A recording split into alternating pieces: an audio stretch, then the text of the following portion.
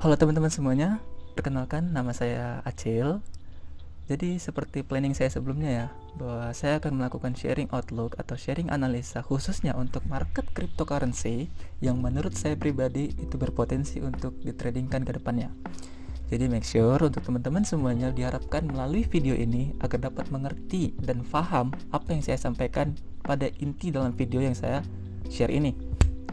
Tapi sebelum itu, saya thanks dulu ya untuk coach kita, coach Andi dan coach Wendy. Terima kasih telah mengizinkan saya untuk sharing analisa by video kepada teman-teman di SCT semua, agar tujuannya teman-teman di SCT dapat pembelajaran dari apa yang saya sharingkan ini.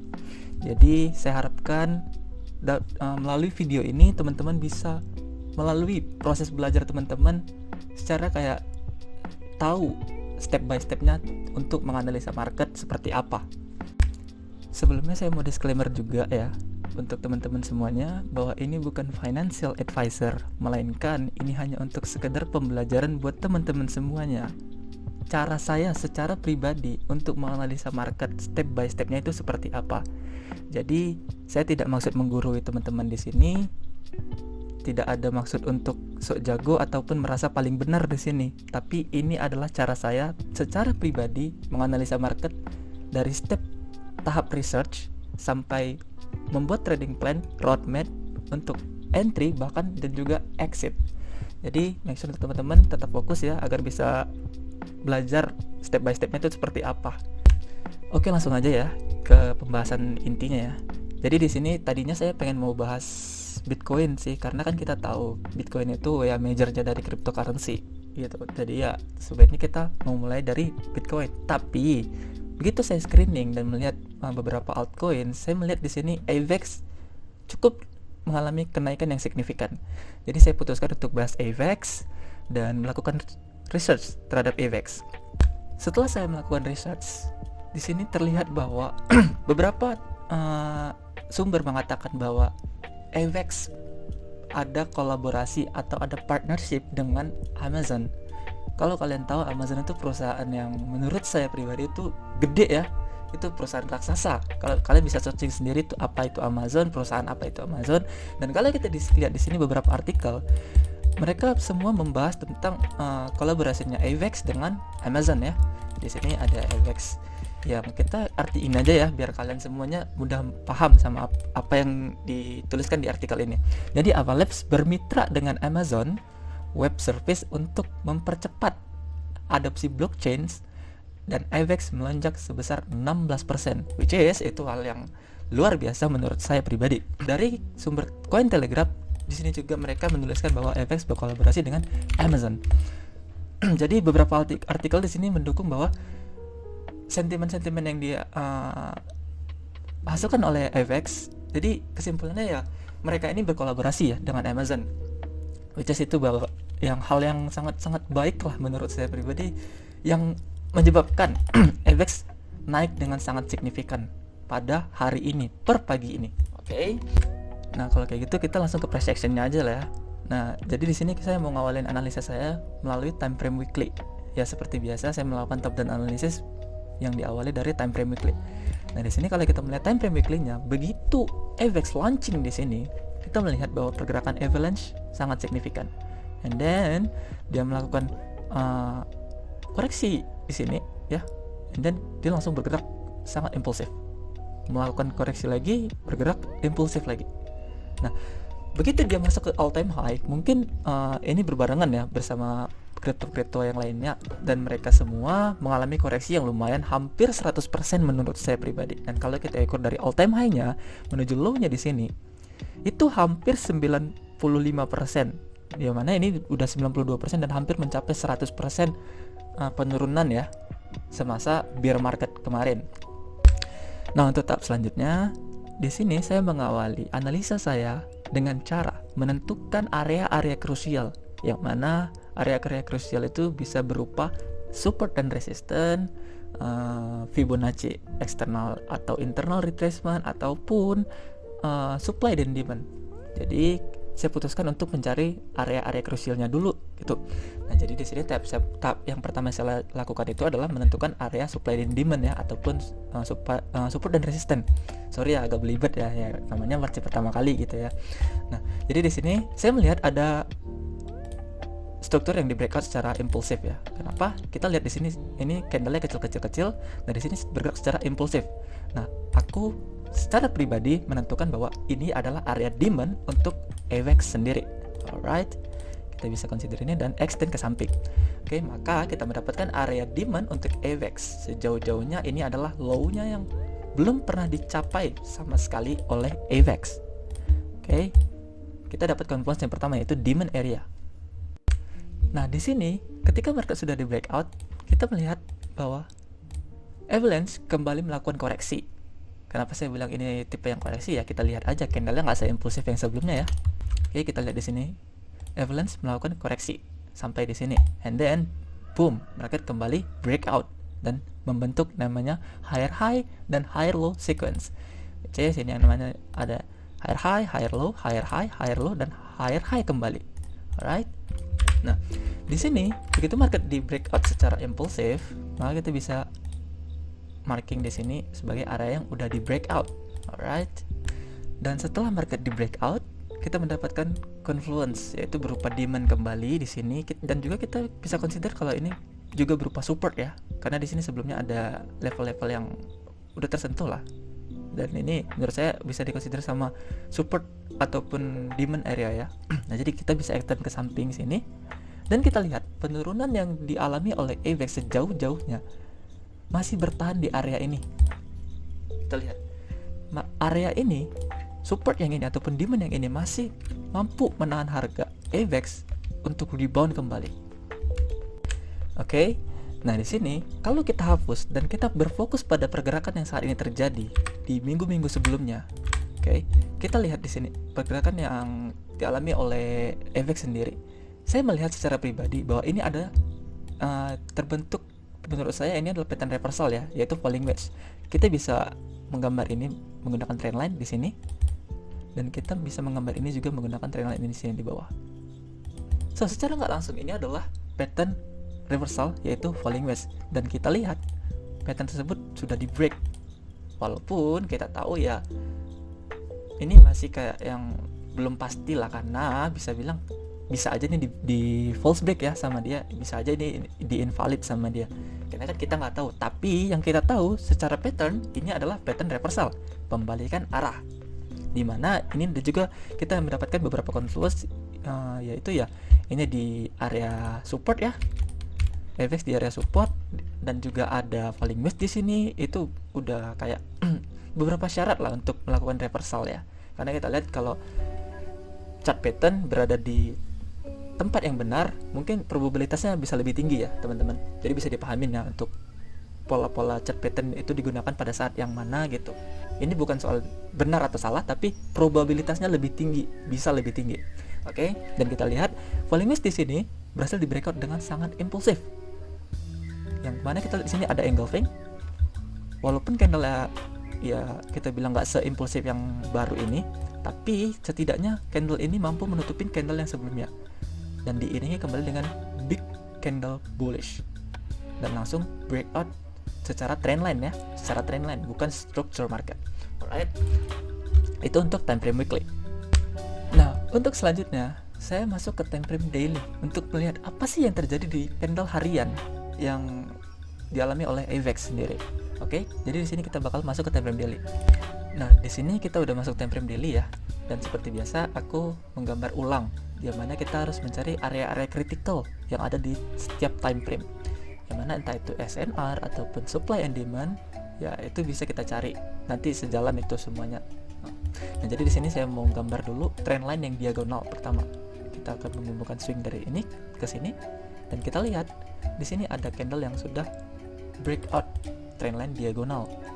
Oke, trendline diagonal, tapi ini masih bergerak secara bearish, secara struktur market ini masih bearish. Kenapa? Alasannya memang ini terlihat di breakout ya, ini terlihat di breakout, tapi bisa aja ini cuma sekedar konfirmasi mencari lower high. Kenapa saya bilang kalau ini adalah konfirmasi untuk lower high, tapi kalau saya pribadi ini bukan konfirmasi lower high ya, tapi ini adalah indikasi untuk terjadinya reversal. Mohon dipahami ya, ada indikasi dan ada konfirmasi. Jadi kita harus tahu yang mana indikasi dan yang mana konfirmasi. Jadi ini belum terkonfirmasi untuk terciptanya swing yang baru di sini. Jadi kita bisa melakukan coding di sini ya. Jadi kita tarik swing dari sini, kita mendapatkan high di sini, kita mendapatkan low di sini, kita mendapatkan kembali lower high di sini, dan juga kita mendapatkan kembali lower low. Ada lower high dan juga ada lower low kembali, dan kita mendapatkan lower high kembali, and then we get the lower low. Nah, di sini kita mendapatkan adanya indikasi terciptanya higher high. Itu dikarenakan adanya struktur market yang breakout di sini. Last swing itu berhasil di breakout dengan secara masif. Dan kalau saya hapus ini, saya melakukan ini, dan kita tahu area ini adalah area swing yang terakhir yang berhasil di breakout oleh AVAX. And then kita bisa marking ini adalah area yang di breakout secara masif. Alright, kita mendapatkan candle yang impulsif di sini. Oke? Nah, itu salah satu indikasi terjadinya reversal. Nah, kalau sudah seperti ini, saya melakukan zoom in kembali di time frame hourly-nya. Dan saya awalin dengan time frame 4. Nah, di sini kita melihat bahwa pergerakan dari AVAX sendiri mengalami kenaikan yang sangat signifikan ya. Nah, dari pergerakan candlestick aja kita udah bisa nentuin ini siapa sih yang trading, ini siapa sih yang masuk. Nah, di sini kita udah tahu dari sentimen sebelumnya bahwa Amazon berkolaborasi bersama AVAX. Jadi ini bukan retail ya biasa yang masuk, tapi perusahaan besar yang masuk. Jadi kita harus mencari area-area kritikalnya, area-area di mana mereka para big fund langsung masuk ke area ini. Jadi kita mengikuti mereka nih, oke? Nah, kalau logikanya ya, mereka udah masuk, mereka udah beli barang nih, artinya setidaknya mereka bakal hold gak? Iya nggak sih? Nah, jadi di sini kemungkinan kita harus mencari area supply and demand-nya, area permintaan harganya ada di mana sih sebenarnya? Kapan sih mereka masuk? Nah, jadi kita di sini bisa nentuin mereka, kita bisa mendeteksi mereka dengan cara pergerakan candlestick-nya aja. Tapi sebelum itu, teman-teman semua tuh harus paham ya, arti dari konsep supply and demand itu apa. Nah, jadi di sini aku kasih contoh untuk teman-teman semuanya.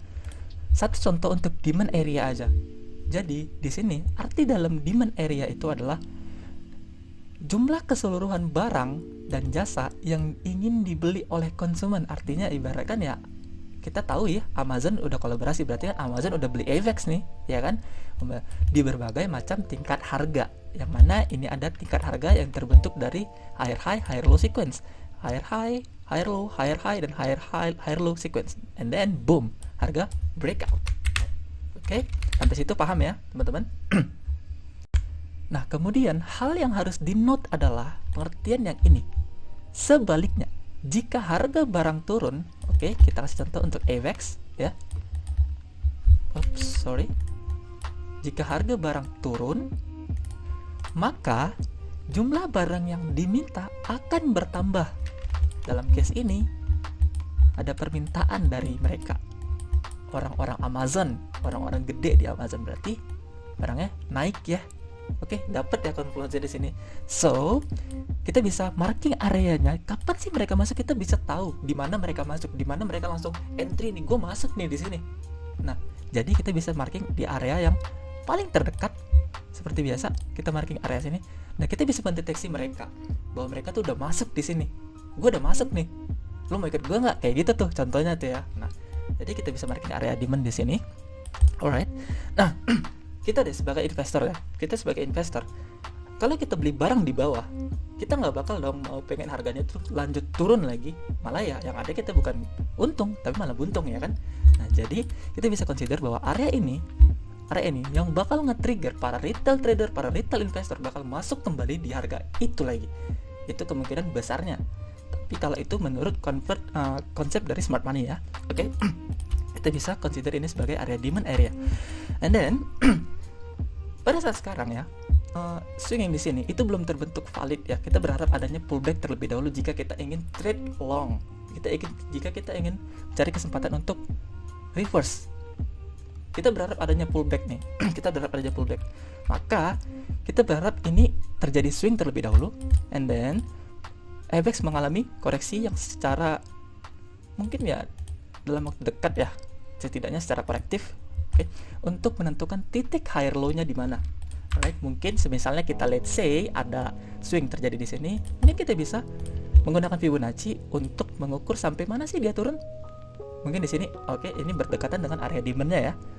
Area demand-nya mungkin ada di 0,5%. 0,5% atau di 38,2 itu ya terserah. Jadi semisalnya pun dia berhenti di area ini dan trendnya strong, maka dia pullback di sini. Itu masuk akal karena kalau dia pullback di area 38,2, di sini ada area resisten yang kemungkinan akan menjadi support nantinya. Bisa dikonsiderkan untuk ya 38, area 38,2 ini make sense lah untuk terjadinya rebound di sana kalau memang trennya sangat kuat untuk AVEX ini kembali pullback dan melanjutkan tren kenaikannya. Sampai di sini paham ya teman-teman ya, konsep yang dari kita mengindikasi tren, mengindikasi reversal itu gimana ya, kita harus paham ya, cara-caranya itu harus paham. Nah, kalau dia pun pullback di sini, mau itu dia di 38,2 ataupun di 0,5% Fibonacci, itu nggak penting ya. Kalau menurut aku itu nggak pernah penting. Kenapa? Seandainya pun ini benar-benar pullback dan kita dapetin higher low di sini dan dia pullback, maka kalian harus sadar di time frame daily akan ada terbentuknya head and shoulder, inverse head and shoulder. And then jika dia pullback di sini, maka kita mendapatkan head and shoulder ya, reversal pattern. Ini left shoulder, head shouldernya, and this one left shoulder, right shouldernya. Maka bisa dikonsiderkan bahwa ini adalah area neckline-nya. Maka ini kemungkinan besar AVEX akan reversal jika higher low di sini terkonfirmasi dengan benar. Sampai situ paham ya teman-teman ya.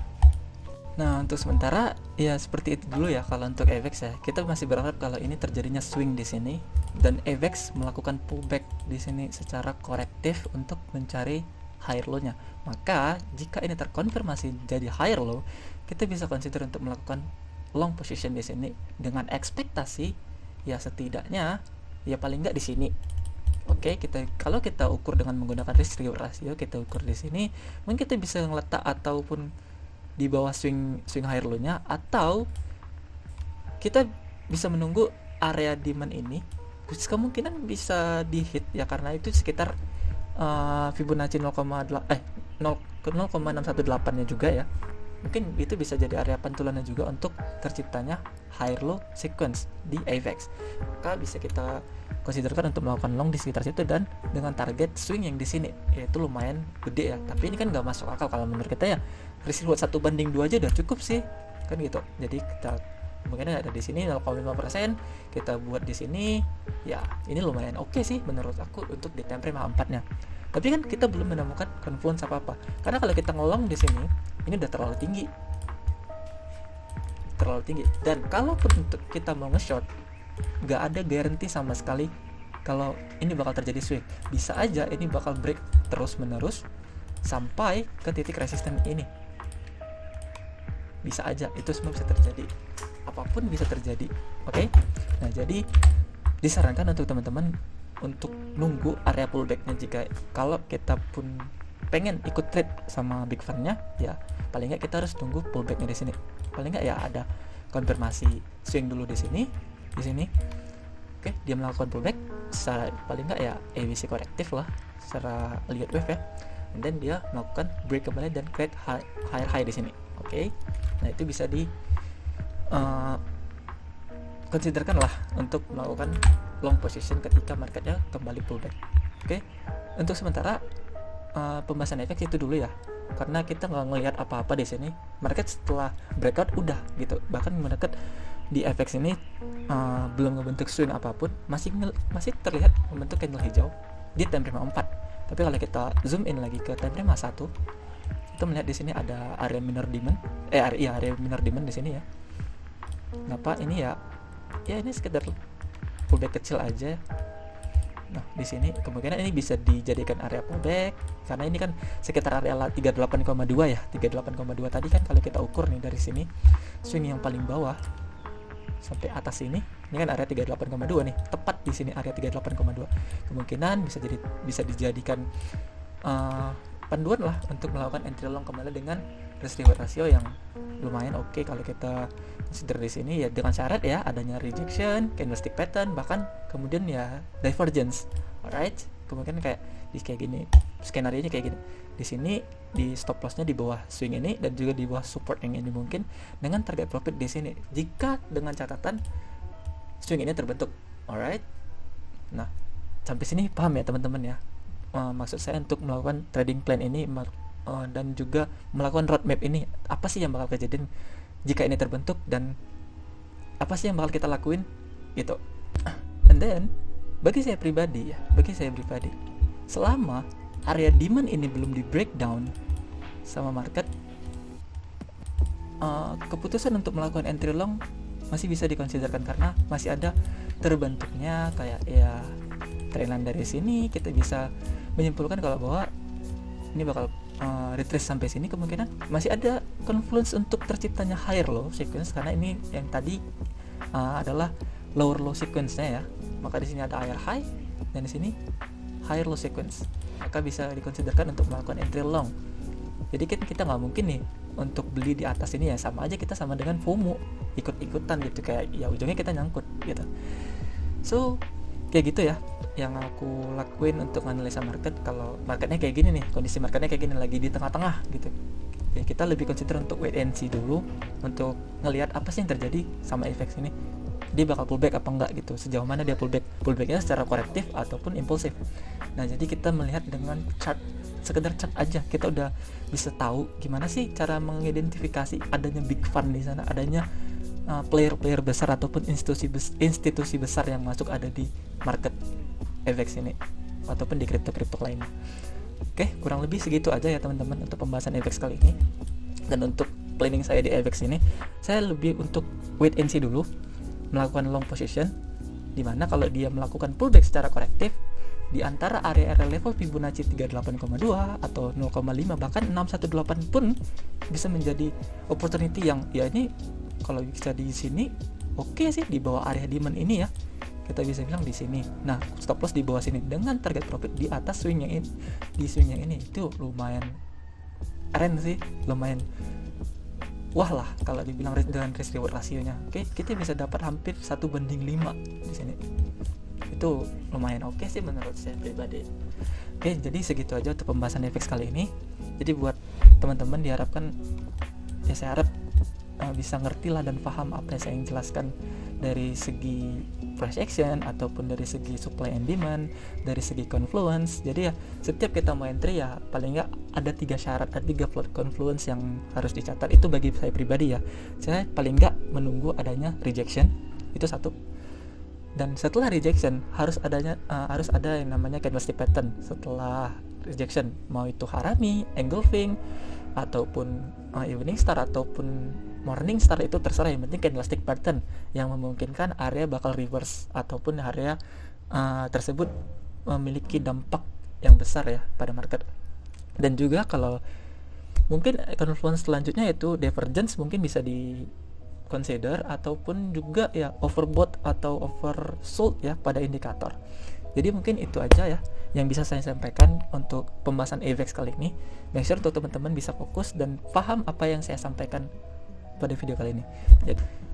Jadi untuk kesimpulannya dari analisa yang saya buat ini adalah saya menunggu adanya higher low ya di sini, higher low. Dan jika di sini terjadi koreksi secara korektif, maka ini ada potensi untuk AVAX membentuk pattern head and shoulder ya, yang mana ini adalah left shoulder. Oke. Nah, ini mungkin bisa dipertimbangkan untuk melakukan entry long terhadap AVAX. Jadi segitu aja ya teman-teman. Saya harap teman-teman bisa ngerti ya atas apa yang saya sampaikan di sini. So, kalau teman-teman ada pembahasan koin yang pengen dibahas, ada pembahasan koin yang pengen ya mungkin kita bedah sama-sama ya, bisa didiskusikan di Discord kita di SCT. Jadi segitu aja teman-teman, see you. Oke, bye bye.